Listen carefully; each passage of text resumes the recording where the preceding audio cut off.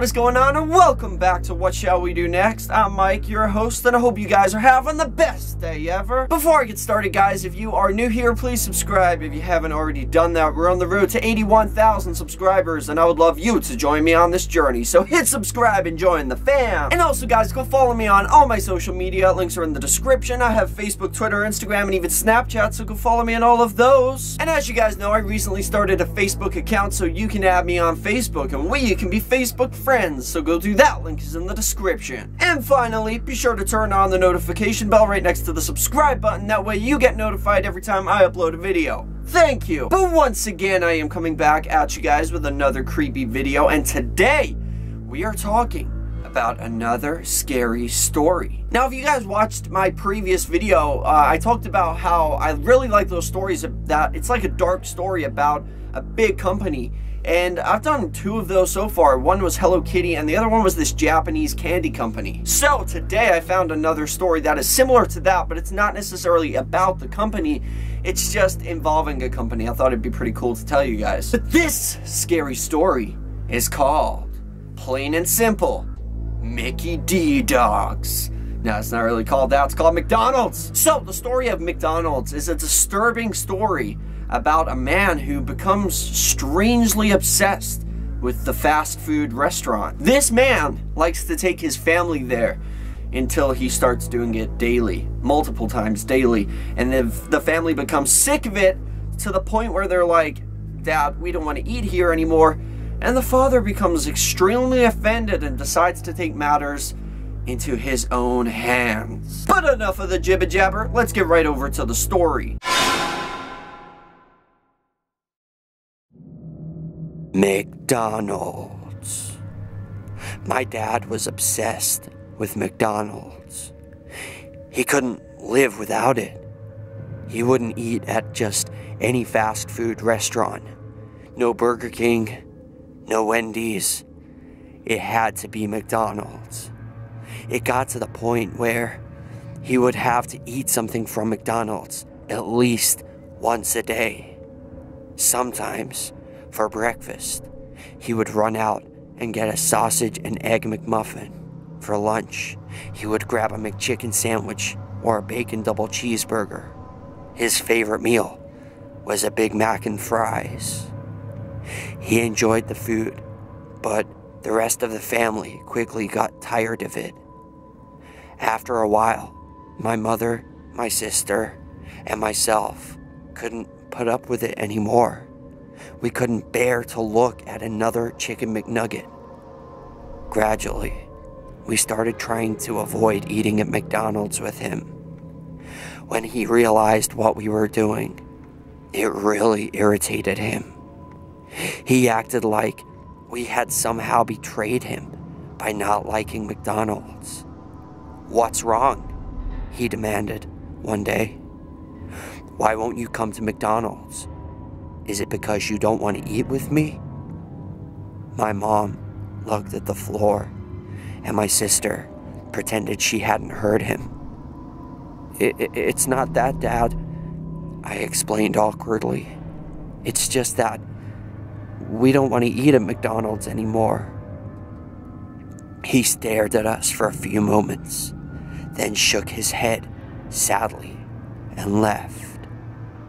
20 minutes later, he came back with a double quarter pounder with cheese and ate it alone in the living room. He spent the rest of the evening sulking and giving us dirty looks. One night, after I finished my homework and watched a little TV, I decided to go to bed. My little sister was already fast asleep on the top bunk bed. I turned off the light in the bedroom and quietly slid into the bottom bunk, taking care not to wake her. Sometime later, I heard our bedroom door creaking open. Squinting in the light from the hallway, I could see a figure standing in the doorway. I blinked my eyes in surprise. It was Ronald McDonald. He was just standing there, silently staring at us. He didn't seem to be aware that I was awake. In the dim light, he crept into our room and tiptoed quietly over to the bunk bed. From where I was lying on the bottom bunk, I could see him reach out and start to shake my sister.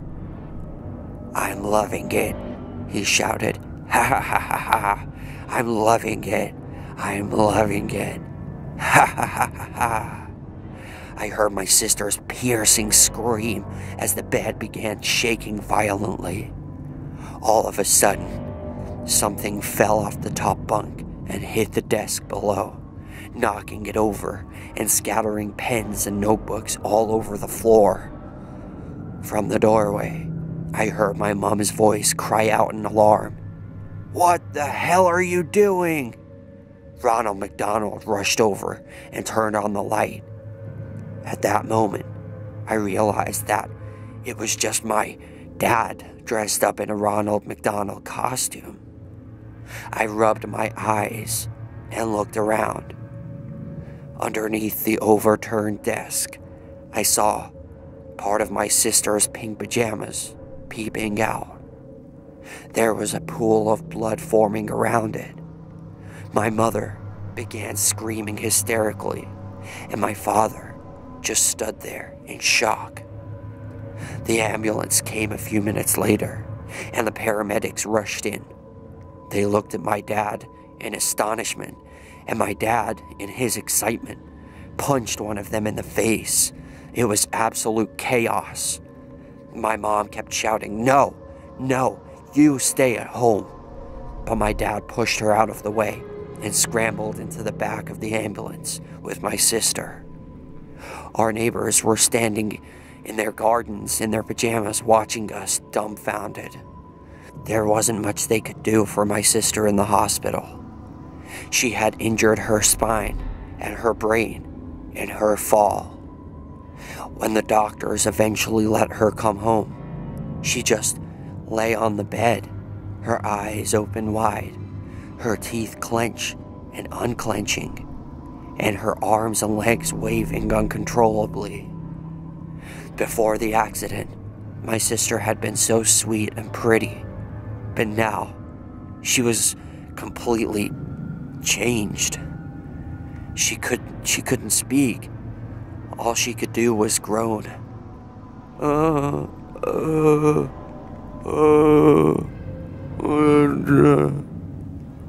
When my mom asked my dad why he did it, he told her it was to make us like McDonald's more.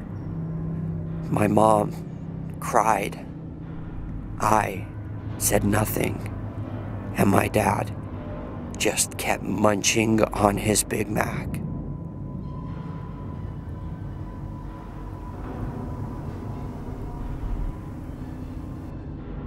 And that is the end of that. So this story had a mixture of feels to it. I don't know if I feel sad. Like, this is kind of sad. This is sad stuff.